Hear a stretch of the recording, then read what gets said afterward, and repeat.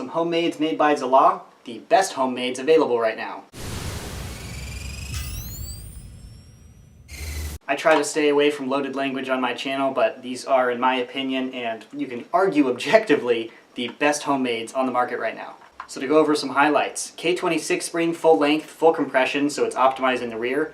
It's a bullpup design, which means the barrel starts back here, the loading mech is here, meaning the barrel runs on top of the blaster, not in front of the blaster. This makes it, to my knowledge, the shortest blaster that uses a full-size, full-draw K26 spring. Unlike many of the bullpup designs that feature a full compression K26 right now, those are usually push to prime, which is just really awkward on the bicep and the muscles. Pull to prime is much easier, and this is pull to prime. Meaning it feels very familiar if you've ever used anything else pump action. Pushing out to prime is just really super awkward. Incredibly optimal design, extremely short, very small, and you still have a full-length barrel, so you're not sacrificing absolutely anything. Oh, and did I mention, it's slam fire. Yeah, it's a slam fire homemade with a full-size K26.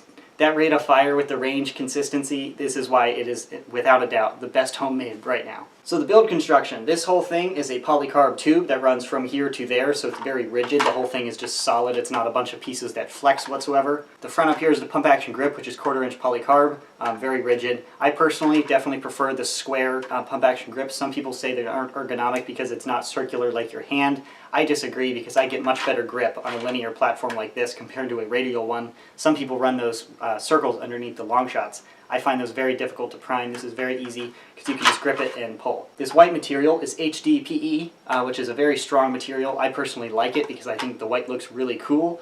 And then the mounts up here are also made out of the same material, which stabilize the barrel in the hopper unit. The hopper unit is connected to the end of the plunger tube with minimal dead space, and then the hopper is obviously just a Y with an opaque clip, and the barrel system. Keep in mind the FPS readings are a little lower than it should be because this is not an optimized barrel for the darts I have. The velocity readings of a homemade vary very much on the climate, the temperature, the humidity, because your foam expands a lot. And then the barrel system you're running with the given foam. This is not optimized because I'm using spare darts with separate barrels.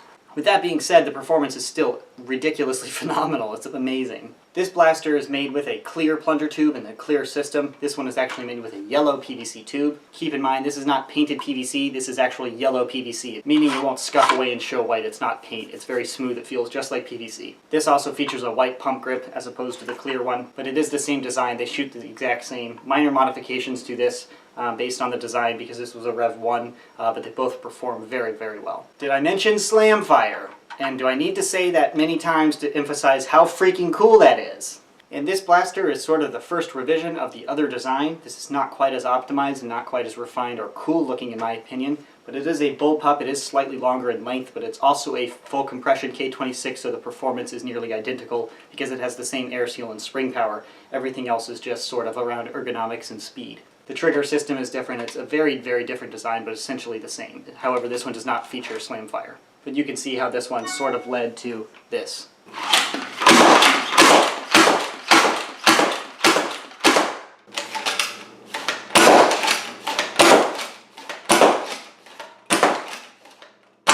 I had to hang a sheet from my ceiling so I don't damage my drywall. These Stefan darts are firing way too fast to actually mark up and maybe dent my drywall. 230, 231, 240, 233, 240, 257 FPS, or feet per second, 248, 244, 268, 201, 211 feet per second. So there you go, the firing demonstration, and just looking at this thing should demonstrate why this is the most superior homemade blaster on the market. I would not suggest this for firing elite darts because those are not optimized for hoppers, even though they will probably feed most of the time. They jam up a little bit. They're designed for smaller cut Stefan darts without the goofy rubber tips. These blasters are for sale on my web store through Zala. To keep in mind, I did not manufacture or design these blasters, so Zala is responsible for making them. However, I am handling the sale, so I'll be shipping it out so my reputation can be affiliated with that.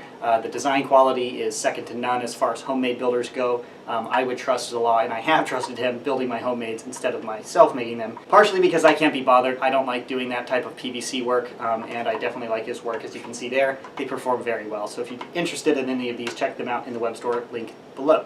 And if not, you just got to see some pretty awesome homemades. If you're not interested in the world of homemades, I totally get that. Totally different than HVZ or Stock Dart Wars, but definitely very cool. So yeah, best homemades in the world, right here. Yeah, I'm gonna be arrogant enough to say that. But I don't use loaded language in every single one of my tutorials, so I don't even feel bad. Zinger. Thanks for watching. He knows I'm kidding.